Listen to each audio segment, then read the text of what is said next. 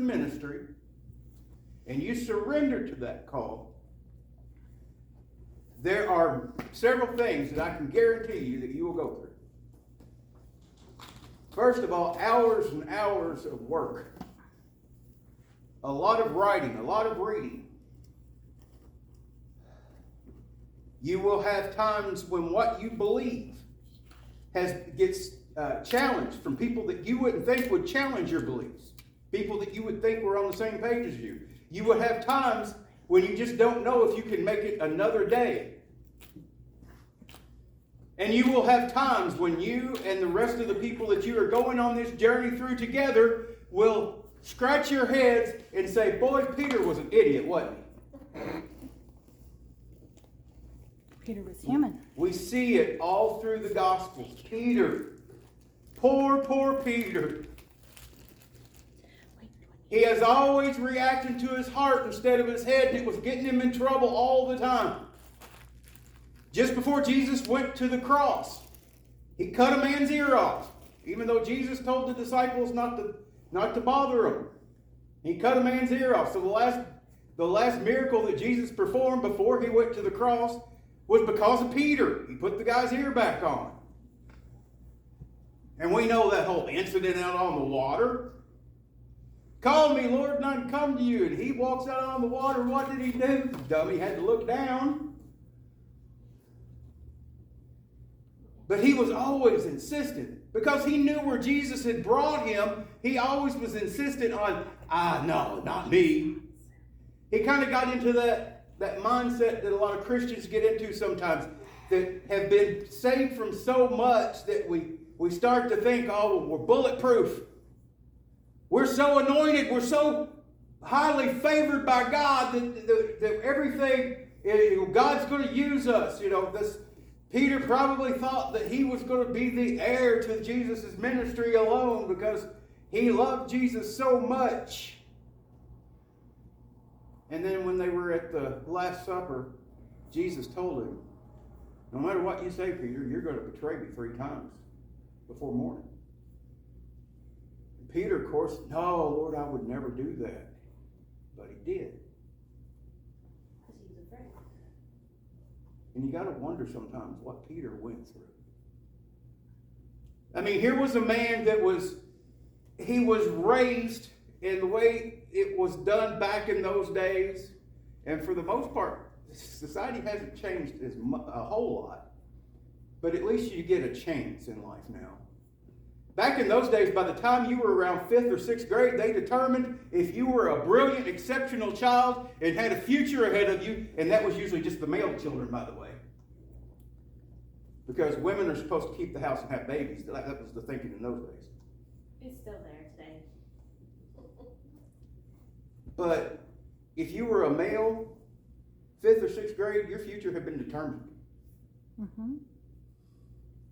And if they thought you were worthy of a higher education, then you were given a higher education. If they didn't think you were, you learned a trade. Mm-hmm. And Peter was a fisherman. They had given up on Peter long, long ago. Now, when you try to think about the people who are fishermen and who were and are in that trade today, I don't think if you were running a prominent seminary, that's where you would go to recruit. They were rough men. Probably did not speak in the best King James language if they were doing their sermons on Sunday.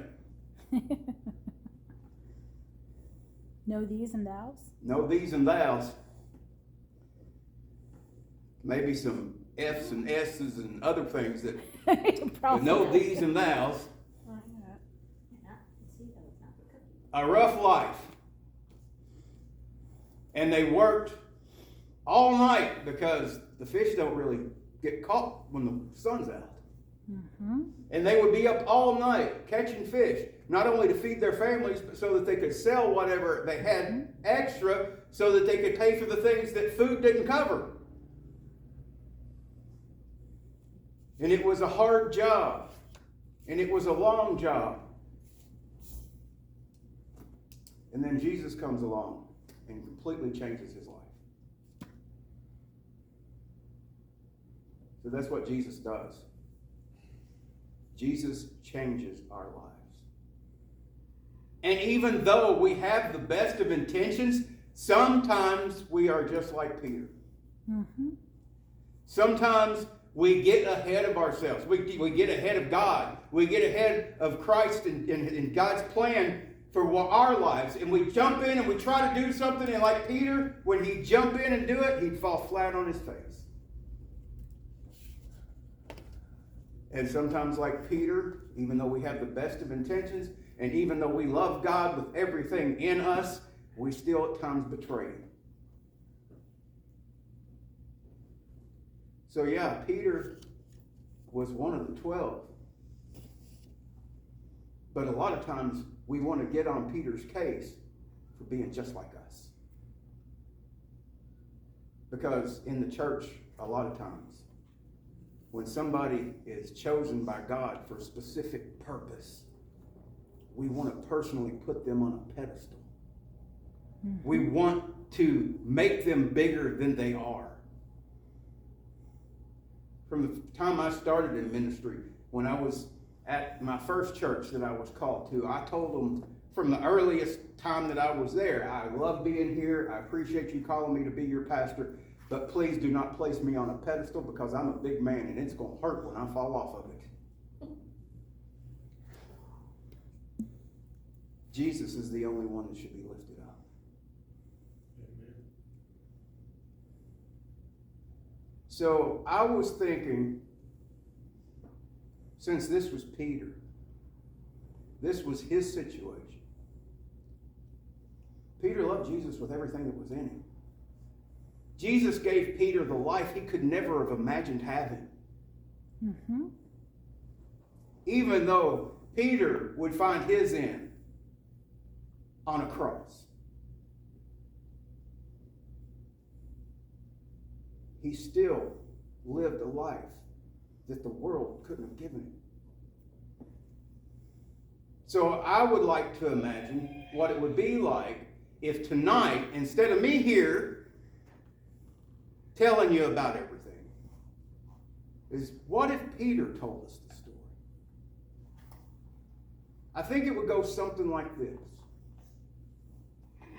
You know, I have been a fisherman since almost the time I could walk. I was always on that boat. They knew that was my destiny. That was my future. And at a very early age, I was in that boat with grown men pulling those nets in every night. Not only making sure there was enough food for my family, but making sure that we had enough fish to sell so that we would not live a poor life, a bad life, because the people that did, the people that weren't successful, usually ended up having to sell their families into slavery. And I knew I didn't want that. So I was doing that job faithfully every day, year after year, until one day Jesus came by. And I couldn't tell you at the time what it was, but I was so taken by what Jesus said and did. He said, "Follow me and I'll make you fishers of men." And I didn't really quite understand that at the time, but I did. I stepped out in faith and I followed him. There were people in my family, people that I was friends with. They were like, "What are you doing? How are you going to provide for your family?" This man just came along and said, "Follow me," and you followed him. But you know, Jesus always made sure our needs were always met. Mm-hmm. Every day, every night, it was a master class. Learning from Jesus. Jesus would teach us things about the world that we lived in around us. Things that we had heard our entire lives in the temple when we would go there. And we would hear the rabbis speak. Things that we had heard revealed in the old scriptures. But Jesus brought it to life right in front of us. And explained things to us in a way where even we could understand it. Mm-hmm. Because I'm not a man of great education. I'm not a man that had a lot of money spent on me so that I could go and teach. But I had the greatest teacher you could ever imagine for those years that I followed Jesus. I mean, I thought that I would be walking with Jesus side by side down those roads, witnessing and performing miracles and baptizing people. I thought I would be doing that until I was an old man. But then Jesus started preparing us for his death. Mm-hmm. And we were gathered together in that upper room. And he told me, you're going to be the one to deny him. I couldn't imagine that. I knew I was not going to betray him. I couldn't betray him. Even though Judas was the one he was talking about betraying him, I did. Just in a different way. But everything happened so fast. You should have been there. Jesus asked us to wait outside of the garden while he went and prayed. And then he came out, and here comes Judas with all these soldiers. I mean, really, you should have been there. And then Judas walked up and gave him a kiss. And Jesus asked him, how can you betray me with a kiss? I could see the hurt in Jesus' eyes, but I could also see the hurt on the face of Judas when he realized what he had done. You should have been there. And then, I grabbed the sword and I cut that man's ear off. I was angry, but Jesus stopped me and Jesus put the man's ear back on his head. I just was amazed by it. I mean, to show that kind of compassion when he knew why they were there. You should have been there. Mm-hmm. And then they lead him off and they went through this awful trial that, first of all, was completely against the law. There should have been several days to that, but they had him already tried and convicted before they had ever started. And Pilate, he was a politician. He didn't want to do it because he's a political man and he was going to not look good on him. So of course he did what politicians do and he manipulated the crowd just like the priests were manipulating the crowd, because he didn't want Jesus to be crucified, but he didn't want to lose his popularity.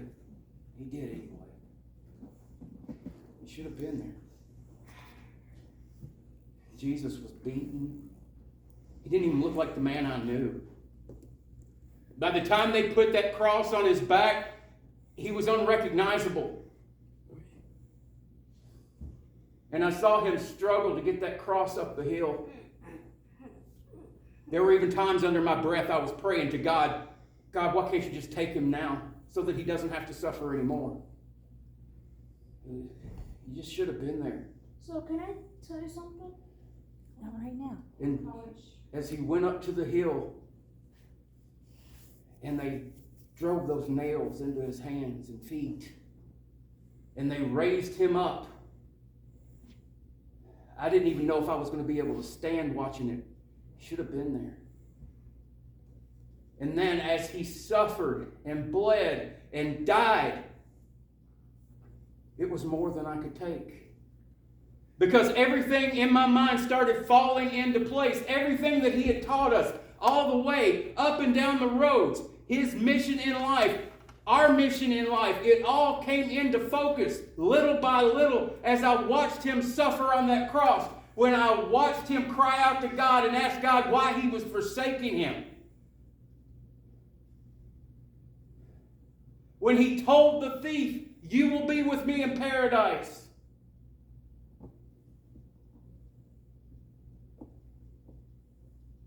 When he raised his eyes to heaven and said, it is finished. And he bowed his head and died. I realized that I should have been there. You should have been there. Because everything I had ever done in my life, everything that I had ever thought, everything I had ever acted on, everything that I have ever been ashamed of went to the cross with Jesus that day. Every sin I have ever committed, every sin that I will ever commit again, went to the cross. Jesus took that burden for me. He took that burden for you. He went to the cross and died, but it shouldn't have been him.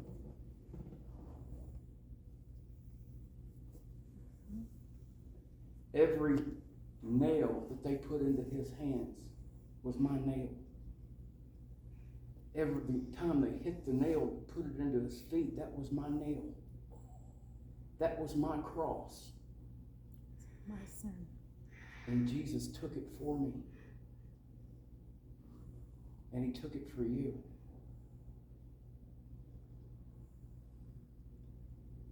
Tonight we celebrate, although it sounds odd that we do, we celebrate that sacrifice. That night, that day on that cross, when Jesus went and he took our sin. He was the final sacrifice to take our sin so that we wouldn't have to pay for the things we had done wrong. We just have to accept that gift because he loves us that much.